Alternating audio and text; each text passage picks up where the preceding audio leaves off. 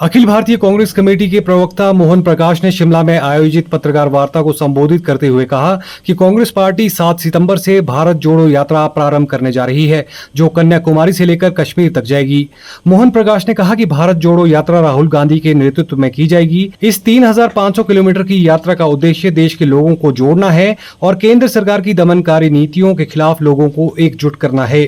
उन्होंने आरोप लगाया कि केंद्र सरकार कुछ चुनिंदा उद्योगपतियों को फायदा पहुंचाने के लिए देश की जनता को लूट रही है। 7 सितंबर से कांग्रेस पार्टी भारत जोड़ो यात्रा प्रारंभ कर रही है, जो कन्याकुमारी से कश्मीर तक जाएगी। श्री राहुल गांधी जी के नेतृत्व में ये पूरी 3,500 किलोमीटर की यात्रा कांग्रेस पार्टी करेगी। उसका उद्देश्य है कि इस देश के लोगों को एक साथ जोड़ के और जो आज तबाही इस मुल्क में हो रही है, बर्बादी जो हो रही है, इसमें आर्थिक, सामाजिक और राजनीतिक तीनों क्षेत्रों में ये जो केंद्रीय सरकार की नीतियां हैं, उनके खिलाफ लोगों को एकजुट करने की ये एक प्रयास होगा। नंबर 1, जो महंगाई है, कल कांग्रेस पार्टी ने 4 तारीख को दिल्ली में लाखों लोगों की भागीदारी के साथ महंगाई के खिलाफ हल्ला बोल रैली आयोजित किया है।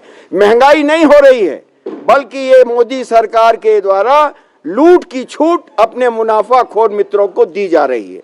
और हमेशा सरकारें दखल देती हैं और उपाय करती हैं कि महंगाई कम हो, लेकिन इस देश की सरकार स्वयं ऐसे नीतियां बना रही हैं और पूंजीपतियों को, मुनाफाखोरों को छूट दे रही हैं, जिसके वजह से इस देश के लोग त्राही त्राही कर रहे हैं, चाहे वो किसी भी वर्ग का हो। दूसरा, बेरोजगारी। जिस तरीके से 40 साल में सबसे ज्यादा बेरोजगारी दर इस समय है, जो लगी हुई नौकरियां थी वो नौकरियां भी छूट रही हैं।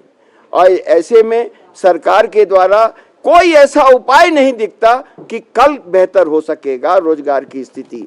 आज चाहे वो छोटा व्यापारी हो, चाहे किसान हो, नौजवान हो, महिला हो, मजदूर हो, सबके नागरिक अधिकार भी छीने जा रहे हैं।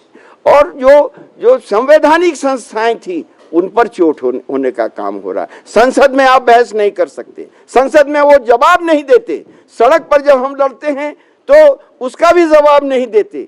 तो ऐसी स्थिति में हम इस देश के बुद्धिजीवियों को, इस देश के नौजवानों को, किसानों को, मजदूरों को, महिलाओं को, सारे वर्गों को जोड़ करके जो इस मुल्क को स्वतंत्रता आंदोलन के मूल्यों के विपरीत चलाने की कोशिश हो रही है, जो लोकतंत्र को, संविधान को कमजोर करने की जो कोशिश हो रही है, उसके खिलाफ हम लोगों को लामबंद करने का काम करेंगे। नंबर 1। नंबर 2, इस देश की जो अर्थव्यवस्था मोदी सरकार ने चौपट की है और जो अडानी अंबानी जैसे चंद लोगों के हाथ में इस देश की संपत्ति को बेचने का काम कर रहे हैं, उसके ऊपर लगाम लगाने का काम करेंगे। अजीब तमाशा हो रहा है, सरकारी बैंकों का पैसा और सरकारी संपत्ति और ले खरीद रहा है, मालिक बन रहा है अडानी, मोदी जी का मित्र। और यही नहीं है, जब सन 2014 में जब मोदी जी आए थे तो अडानी दुनिया में 208वें नंबर पर था, आज वो 3रे नंबर पर है। किसके पैसे से? इस देश के लोगों के पैसे से। चाहे आकाश बेच रहे हैं, सड़क बेच रहे हैं, पाताल बेच रहे हैं।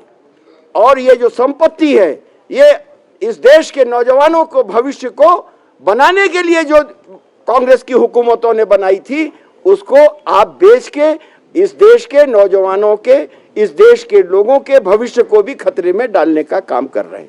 ये लड़ाई एकाधिकार के खिलाफ है, तानाशाही के खिलाफ है, जो शिक्षा में जिस तरीके से व्यवसायीकरण है, स्वास्थ्य का मसला है, इन सारे मसलों को जोड़कर जो केंद्रीय सरकार है और जो इस मुल्क की आजादी की लड़ाई के विपरीत मूल्यों पर चल रही है, इस देश को फिर से उन असूलों पर लाना है जिसमें इंसाफ और इंसानियत हर एक आदमी को मिल सके।